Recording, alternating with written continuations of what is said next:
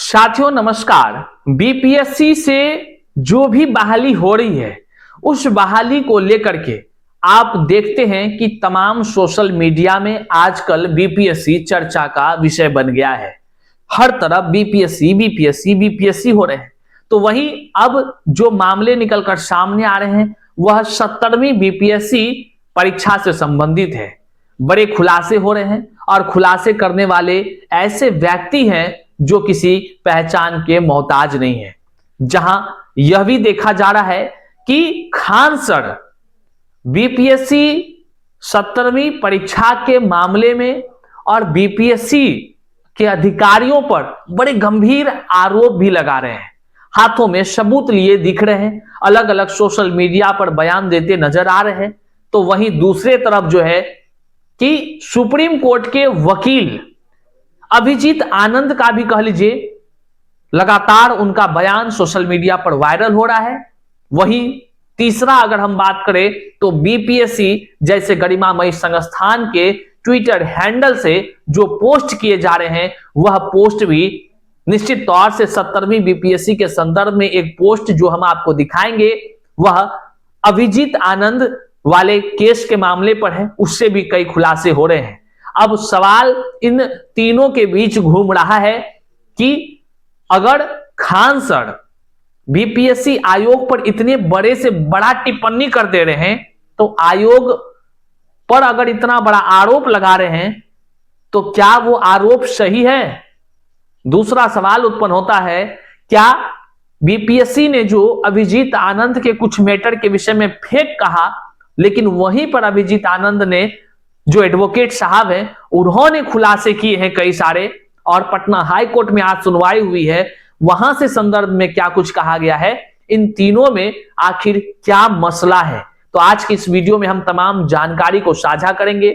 आज 70वीं बीपीएससी को लेकर के जो पटना हाई कोर्ट में सुनवाई थी वहां क्या कुछ हुआ, अभिजीत आनंद ने क्या कुछ कहा, जो सुप्रीम कोर्ट के एडवोकेट साहब हैं, बीपीएससी पर लीगल एक्शन की बात वकील साहब ने क्यों कहा, इन तमाम चीजों को बारीकी से हम लोग समझते हैं और देखते हैं आखिर इसके पीछे की सच्चाई क्या है।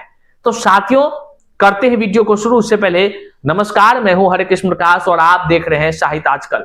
साहित्य आजकल का मतलब ही है वह सच्चाई जो जाननी आपके लिए है बेहद आवश्यक। साथियों चैनल पर नए हैं तो सब्सक्राइब करिएगा और अपने तमाम साथियों तक एक बार जरूर शेयर कर दीजिएगा।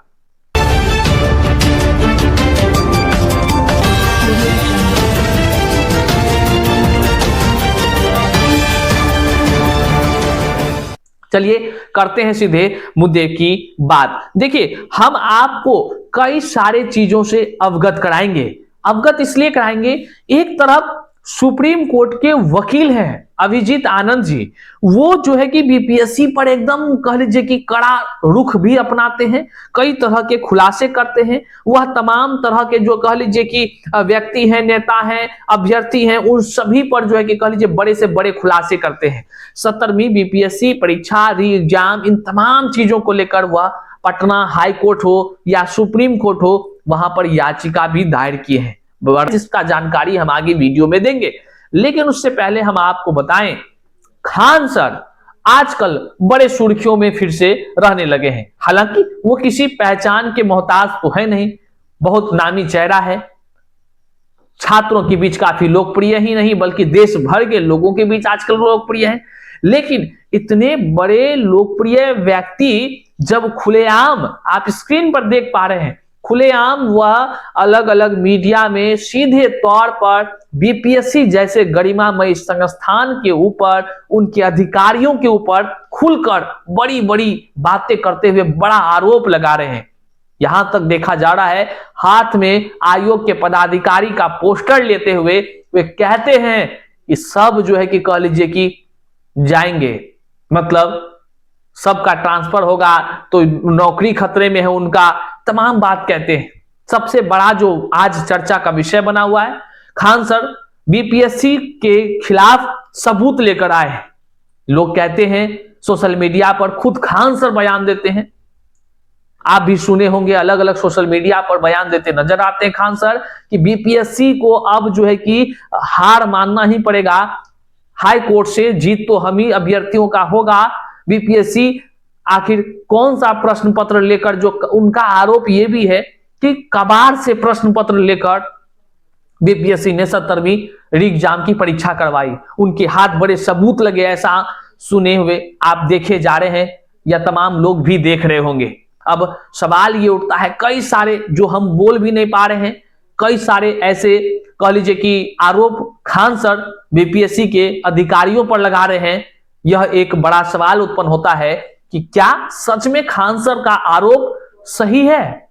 यहां एक और सवाल उत्पन्न होता है, अगर खान सर सही नहीं है, अगर खान सर के द्वारा लगाए जा रहे आरोप सही नहीं है, तो क्या बीपीएससी ने खान सर के ऊपर कोई एक्शन किया है क्या?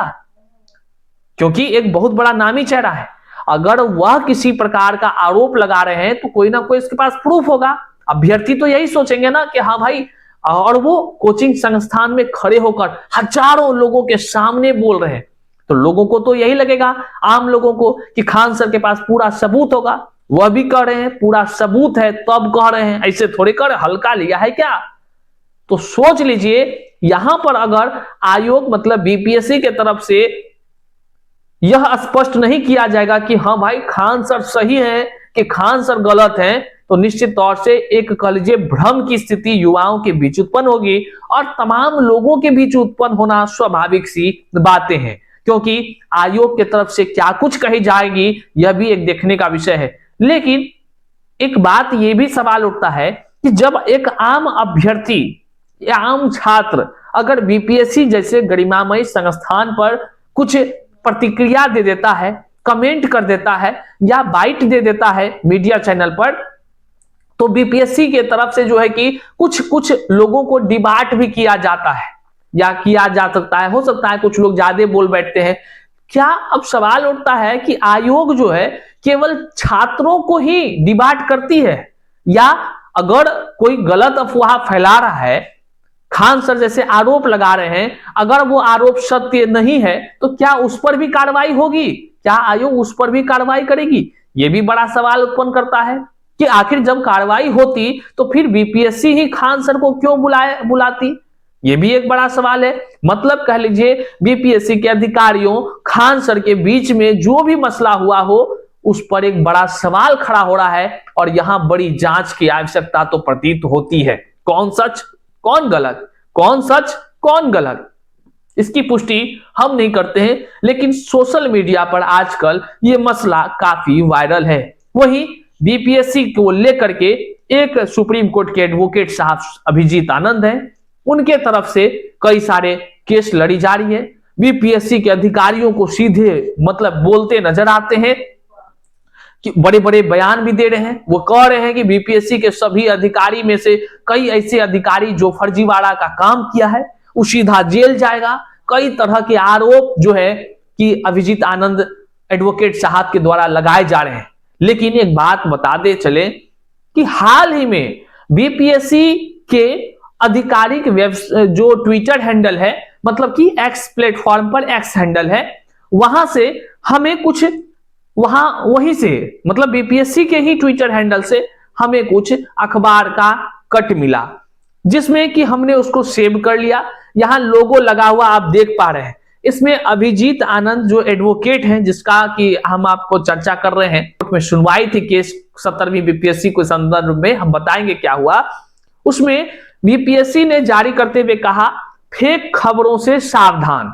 वे कह रहे हैं कि एएनआई एजेंसी द्वारा दिनांक, देख लीजिए फेक यहां लिखा हुआ है, फिर कह रहे हैं एएनआई एजेंसी द्वारा दिनांक 8/2/2025 को प्रसारित खबर, उक्त खबर जांच के क्रम में निराधार, असत्य एवं फेक पाई गई। बीपीएससी ने जब जांच किया तो फेक पाया गया। ये पूरा फेक का मोहर लगा हुआ है भाई साहब, ठीक है। और क्या है, माननीय सर्वोच्च न्यायालय द्वारा इस प्रकार का कोई आदेश पारित नहीं किया गया है। वास्तव में संबंधित वाद को खारिज कर दिया गया है। इनके तरफ से कहा गया, अभ्यर्थीगण कृपया ऐसी भ्रामक खबरों से दिग्भ्रमित ना हो, सत्य जानने के लिए आयोग की आधिकारिक वेबसाइट पर सोशल मीडिया हैंडल्स की जांच करें।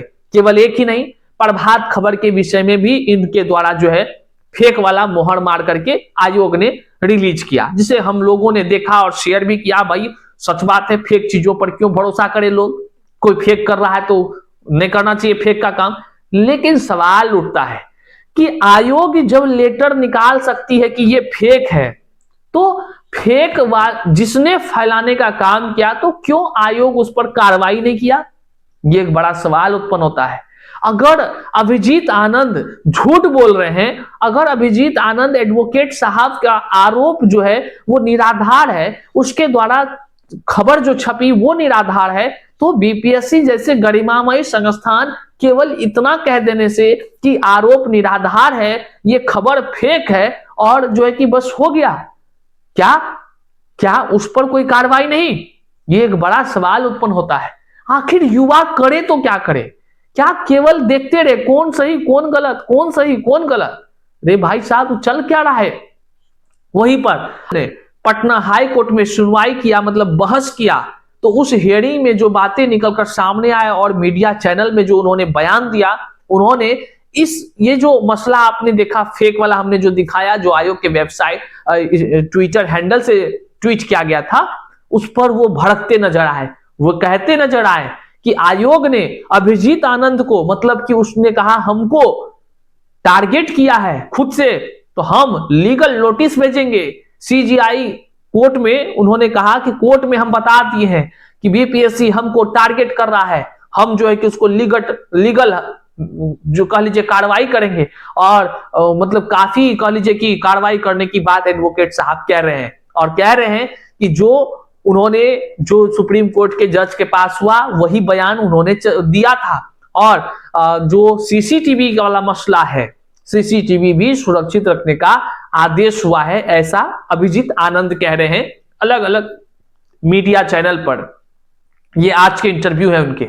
अब देखने वाला विषय है, एक तरफ जहां सुप्रीम कोर्ट के एडवोकेट साहब हैं, पटना आकर के यहां दो दो बार हियरिंग कर ले रहे हैं, वहीं पटना के जो जितने वकील साहब हैं उनके तरफ से हियरिंग के क्या प्रक्रियाएं हैं आप सभी जानते हैं।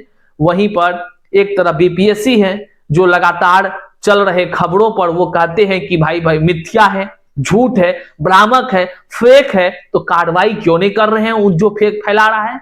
और वहां एक तरफ खान सर हैं जो तमाम सबूत हाथ में लेकर ढिंढोरा पीट रहे हैं, भैया अब तो खेला हो गया खत्म, बीपीएससी के अधिकारियों का होगा, कह लीजिए कि तमाम बातें वो खान सर कह रहे हैं। अब अभ्यर्थी भैया मौन होकर वही सोच रहा है, सब तो बोल ही रहा है, हम लोग बोलकर करेंगे क्या? आखिर सच क्या है, क्या होने की संभावना है, ये सभी अब कह लीजिए आने वाले समय पर निर्भर करता है। लेकिन आपको हम बताते चलें, जो भी चीज होगा, अब बिहार में कुछ बड़ा होने वाला है और निश्चित तौर से इस कह लीजिए चक्रव्यूह में अभ्यर्थी पीछे जाने वाले हैं। आप सच स्वीकार कितना करते हैं ये आप पर निर्भर करता है, लेकिन चिंतन करिएगा, आकलन करिएगा, निश्चित तौर से आने वाले दिनों में अभ्यर्थियों के लिए कह लीजिए कि मुश्किलें बढ़ता हुआ नजर आ रहा है। कई बड़े से बड़े पदाधिकारियों पर भी मुश्किलें बढ़ती हुई नजर आ रही है। सारे रूपरेखा, सारी रणनीति अब पटना हाई कोर्ट के आदेश पर निर्भर करता है क्या कुछ होने वाला है। बहरहाल आगे वाले दिनों में, आने वाले दिनों में क्या कुछ होता है यह देखने का विषय है। जो भी अपडेट्स होंगे हम आप तक जरूर पहुंचाने का प्रयास करेंगे। चैनल पर नए हैं तो सब्सक्राइब करिएगा, अपने तमाम साथियों तक एक बार जरूर शेयर कर दीजिएगा। मिलते हैं अगले वीडियो में, तब तक के लिए जय हिंद।